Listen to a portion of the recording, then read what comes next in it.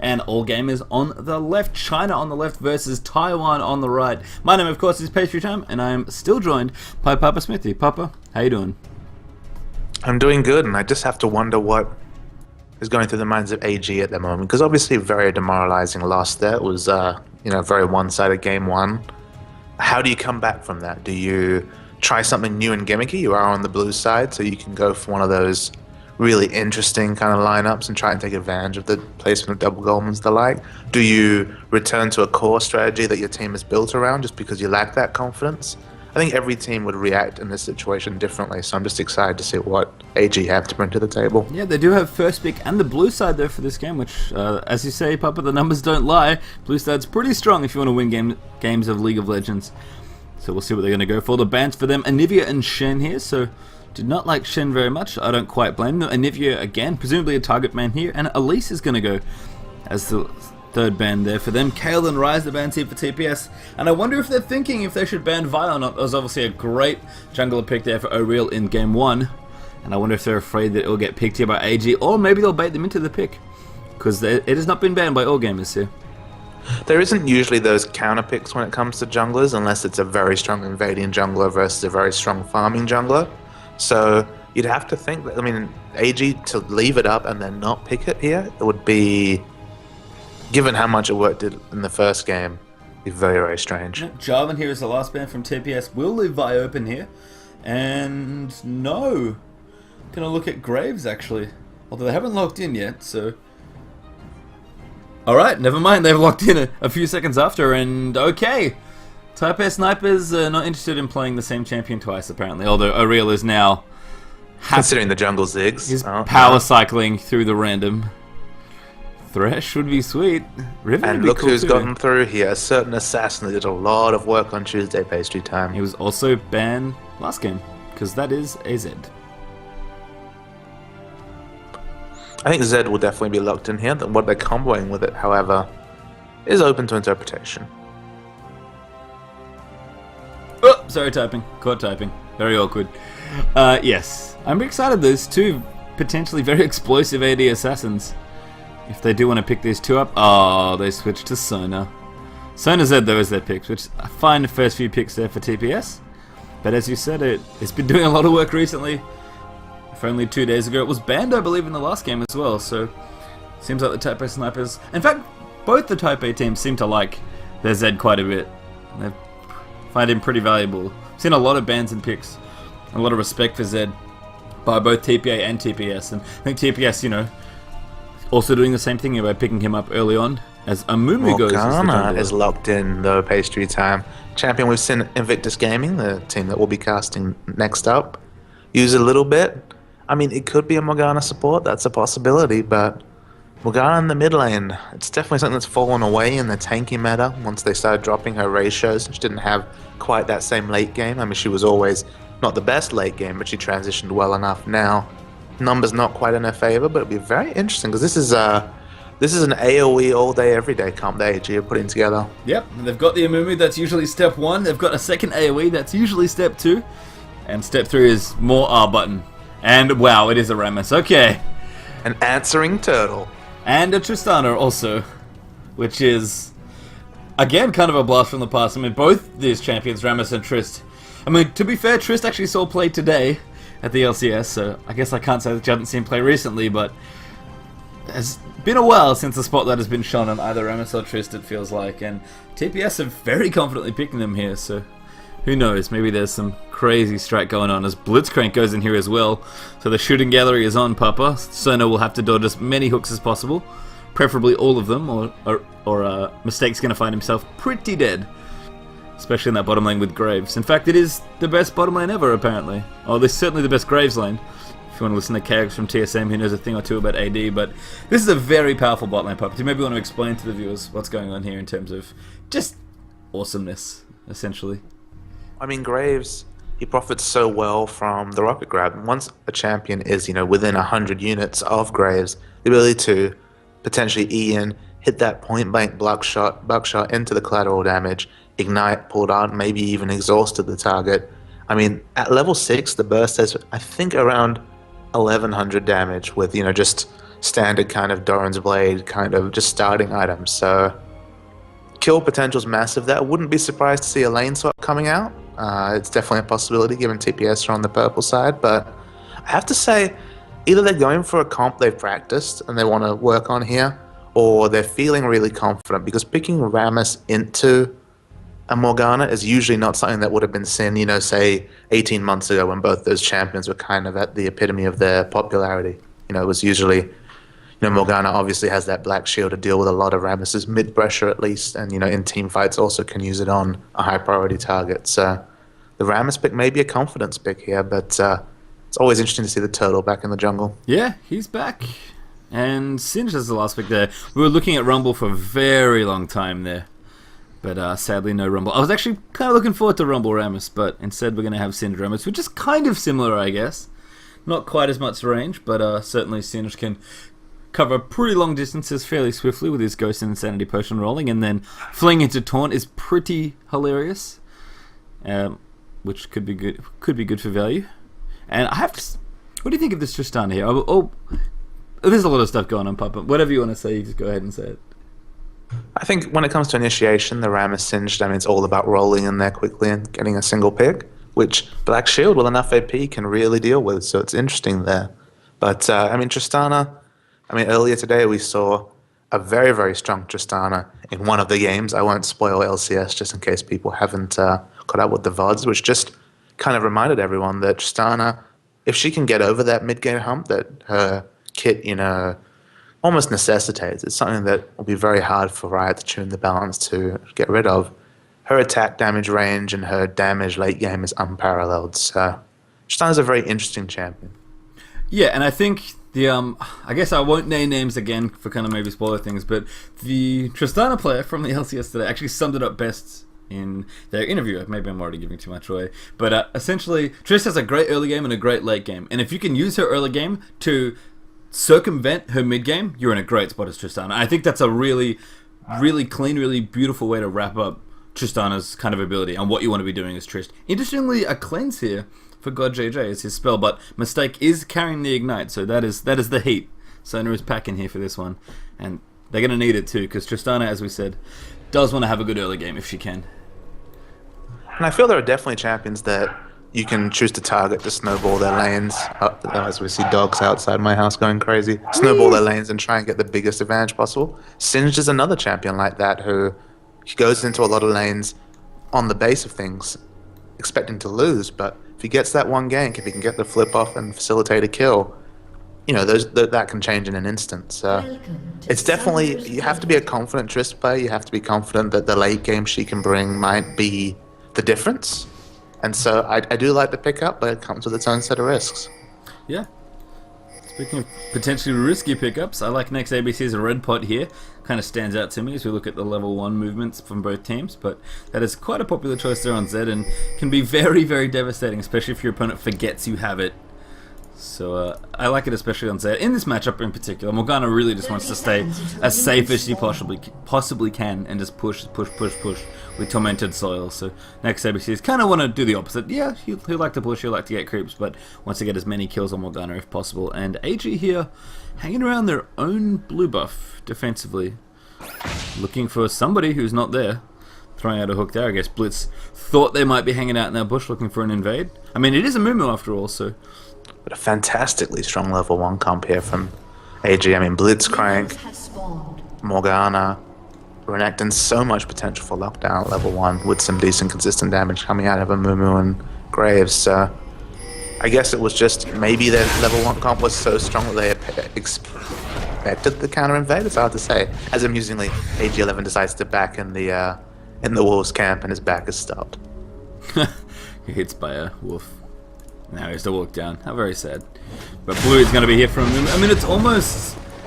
They didn't want to invade because they have an Amumu because they don't want to force him into that situation. I mean, they did do a very nice job protecting him there from that invade. I mean, it looks like a weird blitz hook from 11 there, but he was essentially just checking for any invades there. Thankfully, Emperor's going to be okay here early on and be able to take out this Blue without many problems, as Rammus has already picked up red buff, interestingly. I mean, that to me signals that TPS were really expecting that invade then, because I don't think Rammus wants to start red if he can help it. Singed and Zed shared experience in a camp as well, so they're both going to lane ahead. And all that hijinks basically prevented AG from getting the mini golems, so a much more even bot lane coming out here. Yep, so no real experience advantage down the bottom. Let's just see. Graves has a little bit more, so hits 2 fairly quickly here. And wisely, Tristan and Sona realize this and back off as they're both ping level 2. I'm going to skip to live, I'm a second behind. No worries. As we said, it is the shooting gallery. Blitzcrank loves to rocket grab, but he especially loves to rocket grab Sona. So I feel sometimes, I as we see Ram is potentially rolling in here. Top lane? Someone is unhappy. I think it's Top King, who is now in top lane. Hasn't been used yet, though. No. I actually noticed that last game. The jungler and top lane for AG were mixed up, and they're required to enter in their lane order. I just noticed that Top King, who I thought was supposed to be playing top, was actually playing jungle last game. I guess maybe he's... Maybe they have flexible roles. Maybe there was a fail swap. I can't expect that to have been the case. No. Oh. Morgana doesn't have any levels in Black Shield. No, not at this level, and that's going to cost Foxy his flash. So nice pressure there from O'Real. That is a very cool defensive ball call there. Oh, here he comes back. Powerball getting activated. Here comes the Industrial Rammus. Full metal. There's the flash forward for the taunt. Foxy now in trouble. And next ABC coming in as well. Great exhaust there from Morgana, but it's not enough, unfortunately. O'Real with enough damage there as Rammus is going to pick up first blood. And if you're ever going to take a level on Black Shield before level 4, you're going to do it against Rammus. So I have to say that was a bit of a brain fade almost from Fox IU there. But I mean, referring back to bottom lane, we're talking about the shooting range. If Sona can get ahead in experience, which she very clearly is, her ability to harass Blitzcrank actually makes her one of the stronger picks against Blitz. It's just in those early levels, especially if you're behind in experience, which you'd expect as a purple side team, or you haven't picked up, a ruby crystal or some health. That's when Sona really is hurting. Yeah, and right now you can see TPS taking full advantage of their position here in bottom lane, really just bullying down Graves, who has to go back for lack of health, and 11's going back as well, just because, hey, I don't really want to get Sona'd or have Tristana do too much damage to me, so nice early little advantage here for the Taipei snipers. In fact, I really like the style choice of O'Real here picking up the Madrid's Razor. You might expect the Spirit Stone coming out because it has that Philistine effect, and Rammus can definitely Philistine effect in terms it has that regen that Rammus kind of needs to clear. But Rammus has enough AOE that the single target Madrid's Razor proc is usually enough. And that's really common because after what they did to the jungle with basically the one big minion being the problem in the camp and all the little ones being very inconsequential. So yeah, I mean, Amumu can get away with it because he's got enough damage as it is. But Rammus, who will struggle to clear jungle camps, especially in the later levels. As Emperor comes in and smites away the big wraith. Well done, sir. O'Real can't quite capitalize, unfortunately. Emperor will just walk out of there, and there's the Spirit Stone on Amumu, which is pretty common these days. Amumu, as I said, has very little trouble clearing the jungle, even just with his spells. And down the bottom, looks like we could have trouble for Sona. 11 going very deep in there, the Ignite off as well. And there is going to be the kill there for Blitzcrank, as Coffee there looking to get all in by God JJ and Sona, but they couldn't quite get it done. And as a result, Blitzcrank, he, not quite the shooting gallery, I suppose, but he gets it done there by just walking up to Sona and punching her in the face. And it's the percentage maximum health that Amumu has with his W that helps us clear and facilitates that pickup of the Spirit Stone instead, just because it's so much better for clearing the big minions if they have more health. Yeah, and he also really needs the regen. Rammus needs it, but he really needs it, doesn't Mumu? As we're going to see Zed down the bottom now rotate. Nope, never mind. Next ABC immediately turns around. Apparently didn't like that idea anymore. It's impressive that he's able to outshove Morgana. Yeah, that's true, actually. I mean, early levels, maybe. I expect Morgana to pick it up a little bit more now. But yeah, next ABC is spamming that energy out. I mean, he could... He's clearly not worried about the jungle pressure. No, because you do need your Living Shadow to clear that fast, and that is also your escape spell, so... Next ABC is feeling pretty good here, as the movement enters into the middle lane just to cover things off. Morgana going back now. Got a very appropriate choice. The Seeker's Arm Guard is up. Yeah, I mean, Zhonya's a fantastic item on Morgana. Obviously doesn't stop the channel of her ultimate, so you can flash ult Zhonya's at the appropriate time to mitigate damage and feel great about yourself. And of course, it's kind of like what Riot wanted, kind of as they scripted. It's a good early laning item for APs against ADs, and that's exactly the matchup here. So it's an elegant item. It is very elegant. I agree. It does exactly what you would want from it, and it stacks up, so it's not too powerful when you first buy it, and it translates into probably the best AP item, and that's kind of the one argument you could make about Seeker's Arm Guide is that it's so elegant and great. Oh, as we see, pressure coming out up top. Flippy floppy, there's the combo, torn in there as well, Top King. Gonna take a ton of damage here from Tremors as well. Activates Dominus, still taking damage, though has to get out a very awkward way as he gets powerballed into the wall, and Zonda gonna clean him up there with a fling. And that was what I was hoping to see at least once here in this match. That is a very funny little combo there, but flip into taunt is very real, and poor Renekton felt the full force of that one there in top lane. CS values. Tristana 16 CS up, down bottom, despite being on the purple side, is very surprising to me. That's just how the lane's going, I guess. A massive discrepancy in mid. Moo going deep? No. Emperor backs off. Almost double CS in mid here because of the immense pressure that Rammus was able to put on it early.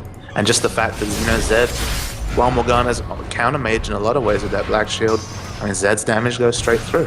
And he's going to get blue buff, I have to think, as well. That'll just make it even harder for Morgana to shove, especially if they can steal it. Although Morgana does have blue now, so that's going to take 5 more minutes or so to be able to steal that one away. I agree about bottom lane, though. It is quite an impressive lead. Interestingly, GodJJ is leveling Explosive Shot. Like, maxing it first, I should say. That's, as far as I remember, I believe Rocket Jump was the favorite spell of Tristana players, but apparently not of GodJJ. I was talking to an AD carry main, a Diamond AD carry main, about that. The dogs go crazy again. About on the newest Tristana, because I mean, Tristana has had that suite of buffs come in recently, which sometimes changes the skill order.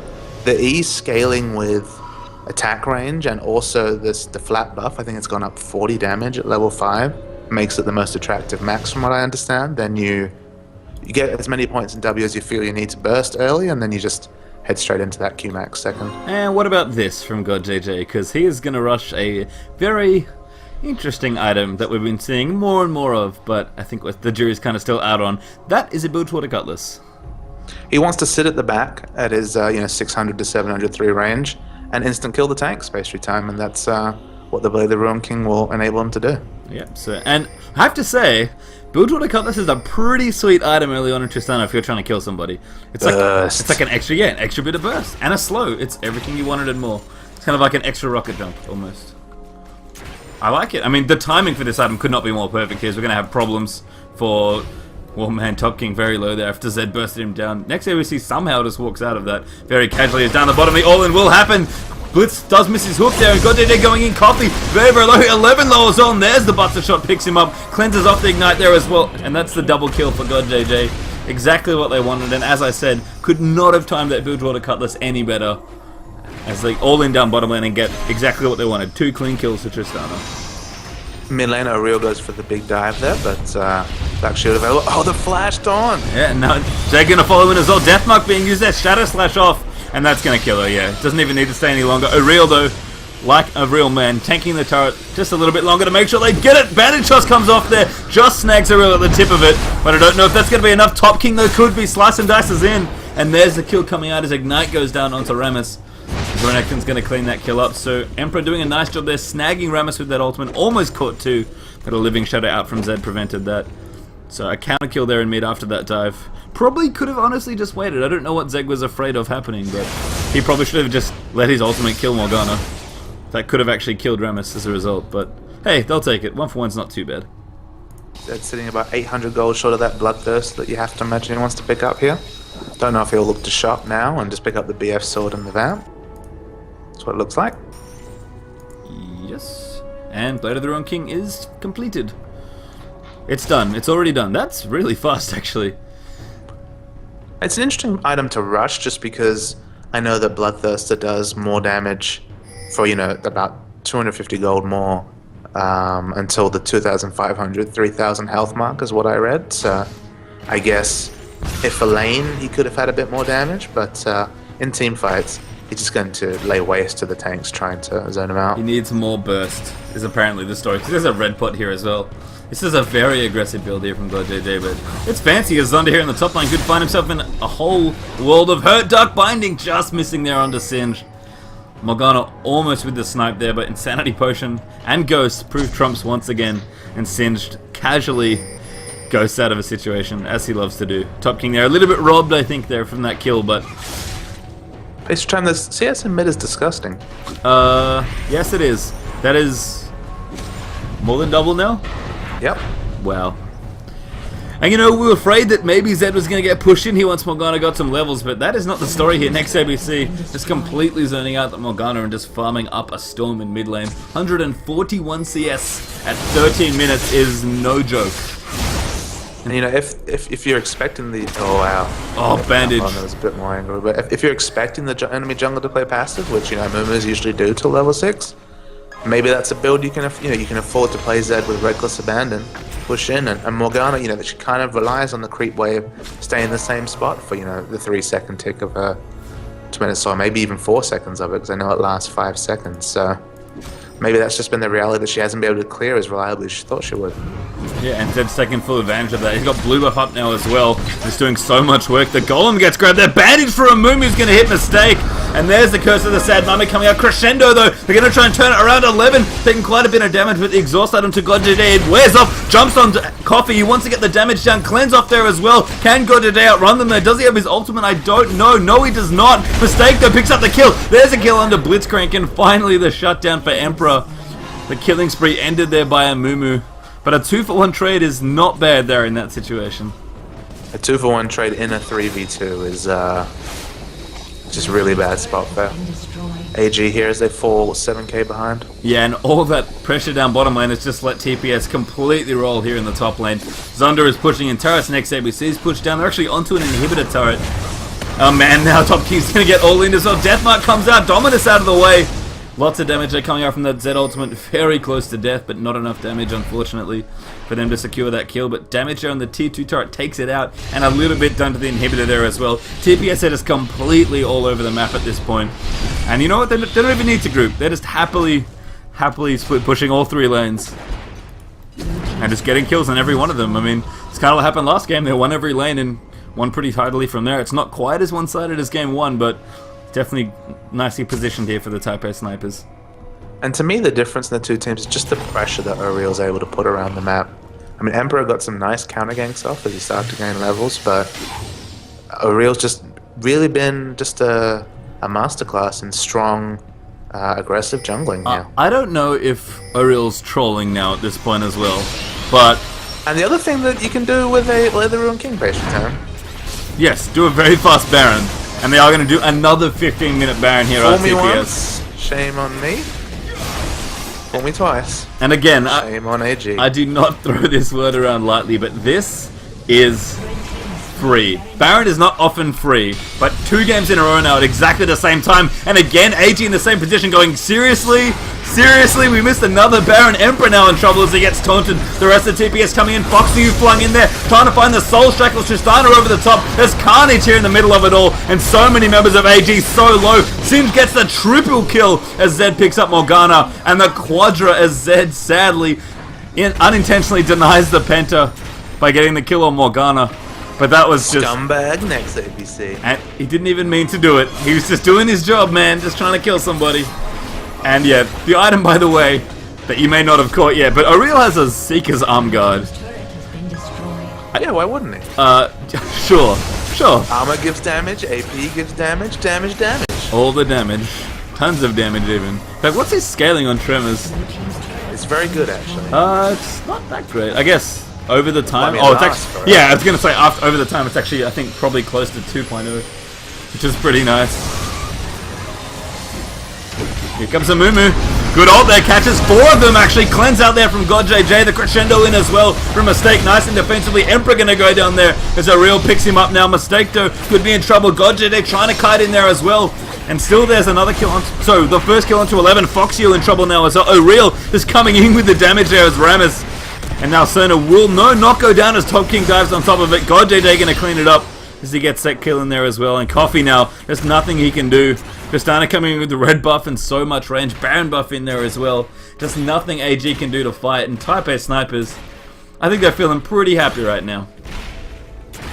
Yeah, just getting 2 15-minute Barons. You never expect that in this series just because usually you wise up. But I mean, maybe they just thought, no, they can't do it again. But easily there, and they've translated it into inhibitor, and you have to say, well on odds for a 2-0 win here. Seems TPS. like it.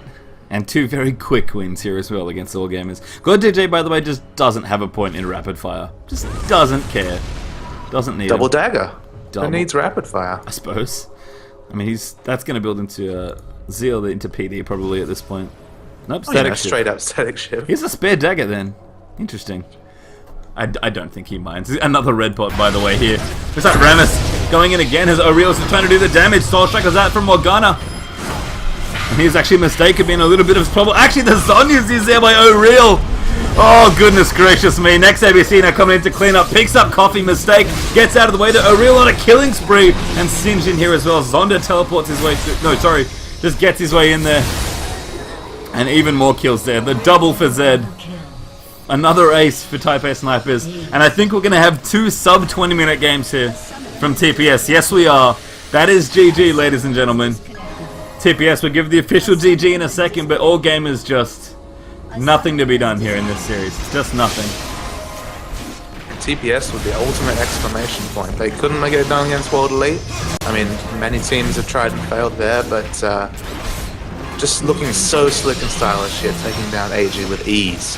And the biggest thing I said at the start of the first game was that the most impressive thing to me about TPS is how cleanly they execute. No matter what crazy Zonya's Hourglass Rammus strategy they're running, no matter what TPS are doing, no matter how much fun they're having with the game, they can clearly feeling themselves in game 2 there, clearly. Especially Aureol, who's just had 2 incredible games.